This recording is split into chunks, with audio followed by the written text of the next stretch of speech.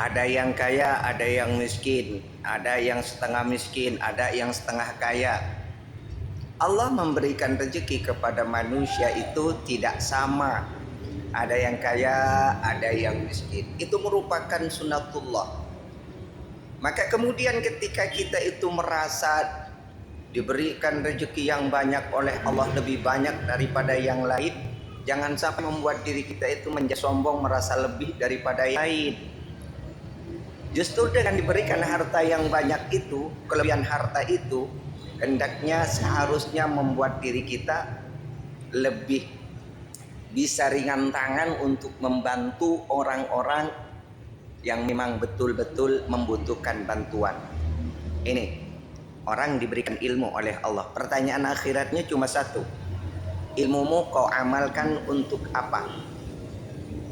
Ketika diberikan umur yang panjang, maka pertanyaan akhirat pun juga bertanya cuma satu.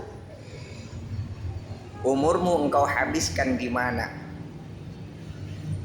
Tetapi ketika harta, terkait dengan harta, ketika kita diberi harta oleh Allah, maka pertanyaan akhiratnya menjadi dua. Dari mana hartamu engkau dapat dan kemana hartamu engkau belanjakan? Jadi dari mananya ditanya dan kemananya pun juga ditanyakan. Oleh karena amanah yang berupa harta ini akan dimintai pertanggungjawaban di hadapan Allah, dan itu pasti kita akan dimintai pertanggungjawaban, maka amanah yang bernama harta ini harus kita pergunakan dengan sebaik-baiknya. Ada pergunaan harta ini yang wajib, itu disebut zakat. Jadi keluarkan zakatnya. Ada penggunaan harta itu yang sewaktu-waktu, itu disebut infak. Keluarkan juga infaknya. Dan ada yang lebih sewaktu-waktu lagi, itu disebut dengan sedekah.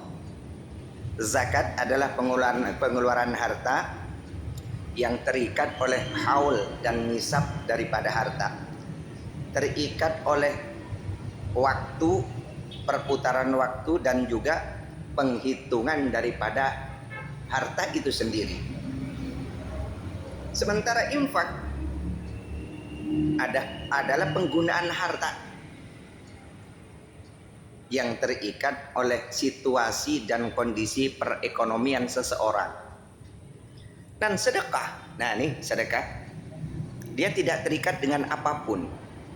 Artinya dengan apapun kita bisa bersedekah, bisa melakukan sedekah.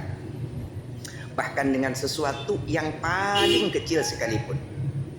Kata baginda Rasul, la tahqiranna minal ma'rufi syai'an law antalqa akhaka biwajhi taliqin. Janganlah kamu meremehkan kebaikan sekecil apapun, walaupun hanya sekedar bermanis muka ketika kamu bertemu dengan saudaramu. Jadi kalau memang mau bersedekah, uang belum punya, pasang wajah yang menyenangkan ketika berjumpa dengan orang lain, itu pun juga sedekah. Bahkan ada sebuah hadis, tabassumuka fi wajhi akhika laka shadaqatun. Senyummu, senyum manismu ketika bertemu dengan saudaramu, bertemu dengan temanmu, lakah shadaqatun, itu pun juga sedekah. Jadi yang namanya sedekah, orang itu bisa dengan apa saja. Tidak harus dengan ilmu, tidak harus dengan harta, tidak harus berupa uang maksudnya.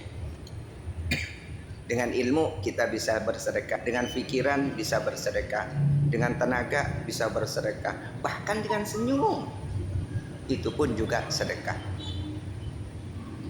Jadi upayakan bersedekah itu dengan ikhlas. Dan sedekah yang paling dicintai oleh Allah adalah sedekah yang dirahasiakan, yang jauh dari riya, tidak terkontaminasi oleh riya. Abang gak boleh bang, kata teman saya, kalau sedekah diumumkan. Seperti di masjid-masjid kan kadang-kadang disebutkan dari fulan sekian, ini sekian, itu sekian, enggak masalah. Kalau itu tidak melahirkan rasa riya. Boleh-boleh saja, bagus-bagus saja kalau memang untuk merangsang orang, mengsugesti orang lain supaya ikut mau bersedekah. Boleh. Sah-sah saja dan baik-baik saja. Tetapi kalau memang dengan diumumkan itu kemudian menimbulkan rasa riya daripada sang pemberi sedekah, maka sedekah yang paling disenangi oleh Allah adalah sedekah yang disembunyikan. Tangan kiri tidak tahu apa yang diberikan oleh tangan kanan. Sedekah yang dilakukan dengan ikhlas itu adalah merupakan tabungan sorga, pembendaharaan sorga. Tidak ada orang lain yang tahu dan tidak ada seorang pun yang tahu bahwa kita bersedekah. Dan memang sikap yang baik itu segera melupakan kebaikan-kebaikan yang sudah kita kerjakan dan mengingat kesalahan-kesalahan yang sudah kita perbuat. Orang yang selalu mengingat kesalahan-kesalahannya dan selalu melupakan kebaikan-kebaikan yang ia lakukan, orang itu ketika ada orang lain berbuat baik lalu dirinya tidak ikut berpartisipasi untuk berbuat baik, maka dia akan merasa rugi. Kenapa? Karena dia merasa belum pernah melakukan kebaikan. Karena ketika melakukan kebaikan dia lupa. Sebaliknya juga ketika seseorang sering mengingat keburukan-keburukan atau kesalahan-kesalahan yang ia kerjakan, di saat ia mau melakukan kesalahan yang baru, dia akan ingat kesalahan yang kemarin, maka akan terhalang dirinya untuk bisa melakukan kesalahan yang baru itu. Itu faedah.